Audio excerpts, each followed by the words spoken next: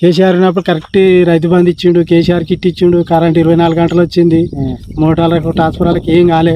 ఇప్పుడైతే షార్టర్ అయితే ఇప్పుడు మన మాదే 2 వల్ల కలిపోయింది, 3,000 ఒక షార్టర్. ఈ కరువు నీళ్ళకు షార్టర్లు కాలిపోయినాక నీళ్ళు అటేపాయ ఎవరు ఎట్టిపాయ, రైతు బంధు లేదా, పెట్టుబడి పెడదామన్నా వెళ్ళిపోతున్నాయి వాళ్ళు, అడ్డమైన రోగాలు వస్తున్నాయి, ఏది ఇస్తలేడు. ఏదో 4,000 పింఛన్ అన్నాడు, ఆ పింఛన్ లేదు, ఏది లేదు. చక్కగా బతుకమ్మ చీరాలు ఎవరికో 4గురికి ఇచ్చిండు, వచ్చి అయిపోయింది.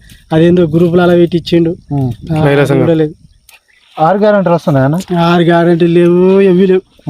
ఏదో ఆ బస్సు అని పెట్టిండు, అది ఎవరు పోతారు, మేము పోతాం, ఆ పేదోళ్ళం పోతాం, 24 గంటలు తిరుగుతాం బస్సుల మీద. ఏంటి కానీ పెట్టినట్టు పిరి బస్సు?